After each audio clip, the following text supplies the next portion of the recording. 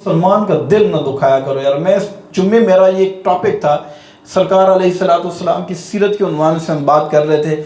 हमने कहा यार ये एक टॉपिक ऐसा है, एक नुक्ता ऐसा है कि हमने देखा है कि नमाजी भी, हाजी भी, परहेजगार भी, वो इस चीज़ पे आके बेचारे मार खा जाते हैं। वो एक चीज़ आपको भी मैं एक तोहफा दे के जा रहा हूँ यार, उस चीज़ का ख्याल किया करो खुदा के लिए, उस चीज़ का बहुत ज़्यादा उसकी केयर किया करो। मेरे आका का मिजाज था, मेरे आका की शरीयत और आपके अखलाक हसना का एक इंतहाई रोशन और ताबनाक पहलू है। वो क्या है? मेरे आका सल्लल्लाहु अलैहि वसल्लम कभी किसी का दिल नहीं दुखाते थे, कभी किसी का।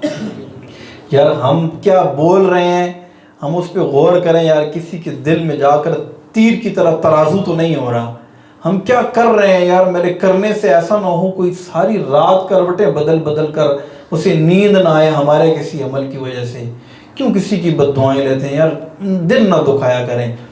एक मर्द के लिए उसकी दिलजोई करना, उसके दिल ना दुखाना, और उसके महारिम जितनी भी औरतें हैं और अजीज़ रिश्तेदार जिनसे उसका पर्दा नहीं है, उनकी दिलजोई के लिए एहतमाम करे, ये सुन्नत मुबारक है। इसी तरह एक औरत जो है उसके लिए उसके शौहर की तरफ से, यानी उसके शौहर का हक़ ये है कि अपने शौहर का दिल ना दुखाए, और अपने महरम जितने भी उसके हैं, उसका भाई, उसके वालिद, उसके चचा, जितने भी, उनका दिल ना दुखाए। ये मैं वज़ाहत इस वजह से कर रहा हूँ कि दिल दुखाने में जहाँ बात आती है ना, तो खुदा ना खास्ता आज कल सोशल मीडिया का दौर है, तो वो कहते हैं यार फ़लाँ लड़की ने मुझे मैसेज किया, उसको मैं रिप्लाई नहीं करूँगा तो उसका दिल दुख जाएगा। तो ये यहाँ पर ये इसका मतलब ये नहीं है। मैं आप ज़रा खुल के बात करने जा रहा हूँ। तो ये जो सोशल मीडिया वाले दिल आज़ारी वाला मामला है ना, ये इसमें शामिल नहीं है। यानी दिल आज़ारी से मुराद ये है हमारे कुलीग्स, हमारे दोस्त, हमारे रिश्तेदार, हमारे साथ बिज़नेस करने वाले, हमारे उठने बैठने वाले, ये जितने भी लोग हैं ना, हमारे पड़ोसी ख़ास तौर पर, हमारे नमाजी, हमारे साथ काम करने, जो भी हमारे साथ इस इंट्रैक्शन के अंदर रहते हैं, हमारा उनसे ताल्लुक़ होता है, ना दिल दुखाया करें यार। कई लोग होते हैं, मैं आपकी बात नहीं कर रहा क्योंकि ये हमारे वकार भी रिकॉर्डिंग भी कर रहे हैं, तो वो सर मेरे जैसे सुनेंगे तो शायद उनको वो ये एहसास हो गया यार चलो इतना कह रहे हैं तो हम अमल कर भी लें। बहुत दिल आज़ारियाँ लोग करते हैं, यकीन करें। बोलते हैं लोग ऐसे हैं कि वो दूर से आते हुए देखते हैं, कहते हैं यार क्या मुसीबत आ गई है, अब पता नहीं ये कैसे क्या किस तरह पेश आएगा।